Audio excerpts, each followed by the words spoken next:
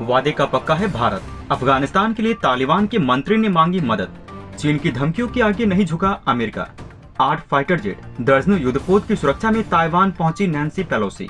दोस्तों, अफगानिस्तान में तालिबान की सत्ता संभालने को 1 साल होने वाले हैं, लेकिन अभी भी स्थिरता देखने को नहीं मिल रही है।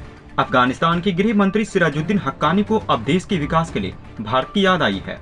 उन्होंने कहा कि अफगानिस्तान में फिर से विकास कार्यों को शुरू करने के लिए उन्हें भारत की जरूरत है। संकट में फंसे अफगानिस्तान के लिए ये एक बड़ी मदद होगी। उन्होंने कहा कि हमें शांतिपूर्ण वातावरण बनाने के लिए भारत की जरूरत है। भारत और अफगानिस्तान के सामाजिक संबंध हैं।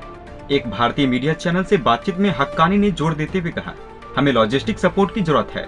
हमें क्षेत्र में भारत की मौजूदगी की आवश्यकता है ताकि अधूरी परियोजनाओं को पूरा किया जा सके। हक्कानी ने काबुल में एक बार फिर भारतीय दूतावास खोलने के कदम का स्वागत किया। हक्कानी ने कहा कि अफगान सरकार ने सुनिश्चित किया है कि व्यापारिक प्रतिष्ठान, राजनयिक और राष्ट्रीय संस्थान सुरक्षित रहे। उन्होंने कहा कि दूतावास को फिर से शुरू करना एक अच्छा कदम है। ये समय की मांग भी है।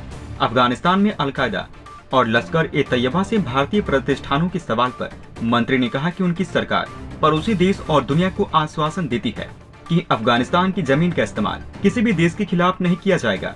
उन्होंने कहा कि पिछले 40 वर्ष हमारा देश लड़ा है। पिछले 20 वर्षों में हमने अपने हक के लिए दुनिया से लड़ाई लड़ी है। हमारी जमीन विदेशियों के लिए नहीं है, ये अफगान लोगों की है। ये पूछे जाने पर कि वो भारत से आखिर किस तरह की मदद चाहते हैं, इस पर हक्कानी ने कहा, अफगानिस्तान इस समय नाजुक हालात से गुजर रहा है। देश में सुरक्षा के लिए बातचीत और बहस चल रही है। इन मुद्दों के संबंध में हमें शांतिपूर्ण वातावरण स्थापित करने के लिए भारत की जरूरत होगी।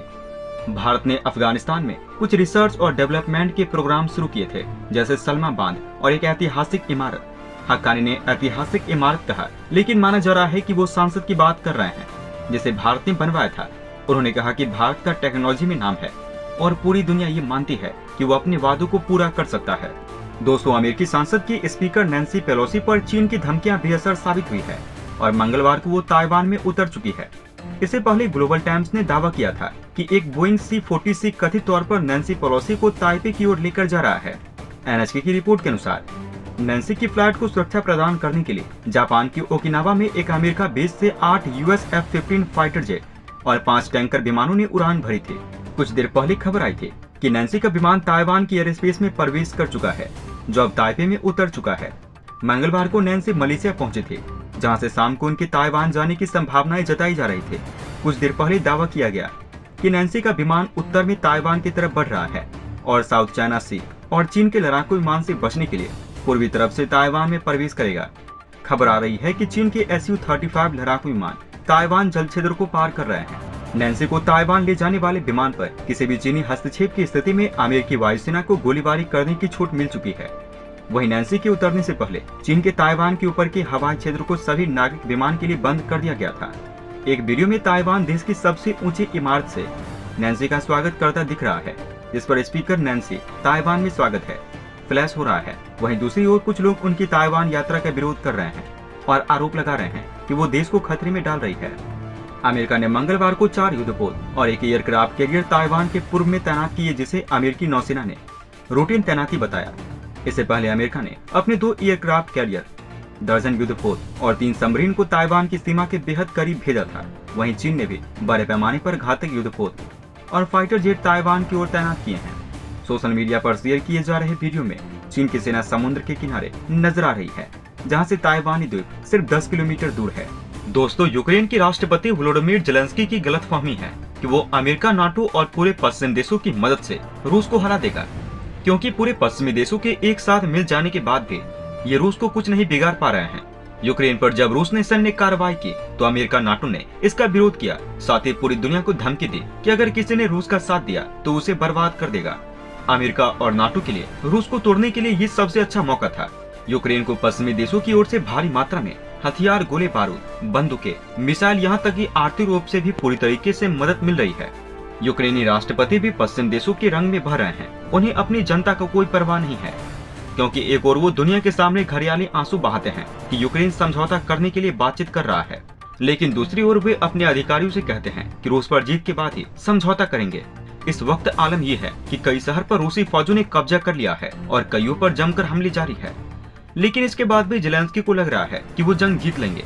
खैर, इस वक्त ज़ेलेंस्की को रूस ने जो झटका दिया है उसका जख्म इतनी आसानी से भरने वाला नहीं है। यूक्रेन के दक्षिण में तटीय शहर माइकोलिव में हुए रूसी हमले में जेलेंस्की को भारी नुकसान पहुंचा है। इसमें यूक्रेन के बड़े बिजनेस टाइकून में शुमार ओलेक्सी की मौत हो गई है। ये यूक्रेन के लिए किसी बड़ी झटके से कम नहीं है। माइकोलिव के मेयर ने बताया है, बीते 5 माह में ये सबसे बड़ा हमला था। एक साथ कम से कम 50 रॉकेट के हमले में शहर का औद्योगिक व रिहायशी इलाका तबाह हो गया है। यूक्रेन के राष्ट्रपति ने ओलेक्सी की मौत को एक बड़ी क्षति बताया है। जेलेंस्की के सलाहकार ने बताया है, मिसाइल सीधे बिजनेसमैन के बेडरूम में आकर गिरी है। उन्होंने आगे कहा, अपने कैरियर के 50 से अधिक वर्षों में ओलेक्सी ने विकास और यूक्रेन के कृषि और जहाज निर्माण उद्योग के विकास में एक अमूल्य योगदान दिया है। आपको बता दें कि नेवी डे के अवसर पर रूस के राष्ट्रपति व्लादिमीर पुतिन ने नए नेवल डार्किन पर हस्ताक्षर किए और इस डार्किन में अमेरिका को रूस के मुख्य प्रतिद्वंदी के रूप में पेश किया गया है। पुतिन ने आर्कटिक और काला सागर जैसे महत्वपूर्ण क्षेत्र के लिए रूस की वैश्विक समुद्री महत्वाकांक्षाओं को भी सार्वजनिक किया है। सेंट पीटर्सबर्ग में रूस के नौसेना दिवस पर बोलते हुए पुतिन ने रूस को एक महान समुद्री शक्ति बनाने और रूसी राजनीति की वैश्विक स्थिति को बढ़ाने के लिए पीटर द ग्रेट की प्रशंसा की। उन्होंने कहा कि एडमिरल युद्धपोत को जिरकॉन हाइपरसोनिक क्रूज मिसाइल की डिलीवरी चंद महीनों के भीतर शुरू हो जाएगी। उनकी तैनाती का स्थान रूसी हितों पर निर्भर करेगा। दोस्तों, अंत में हम आपसे एक महत्वपूर्ण जानकारी साझा करने जा रहे हैं। नीचे डिस्क्रिप्शन में दिए गए लिंक पर जाकर आप इंडियन आर्मी मर्चेंडाइज खरीदकर सपोर्ट कीजिए और पूरे देश का हौसला बढ़ा दीजिए। जाने से पहले वीडियो को लाइक और शेयर करें तथा चैनल को सब्सक्राइब करना न भूलें। तब तक के लिए धन्यवाद। जय हिंद, जय भारत। अच्छा सुनो, चैनल को सब्सक्राइब करो, उसके बाद घंटी बजा देना ताकि अगली वीडियो आपसे मिस न हो पाए।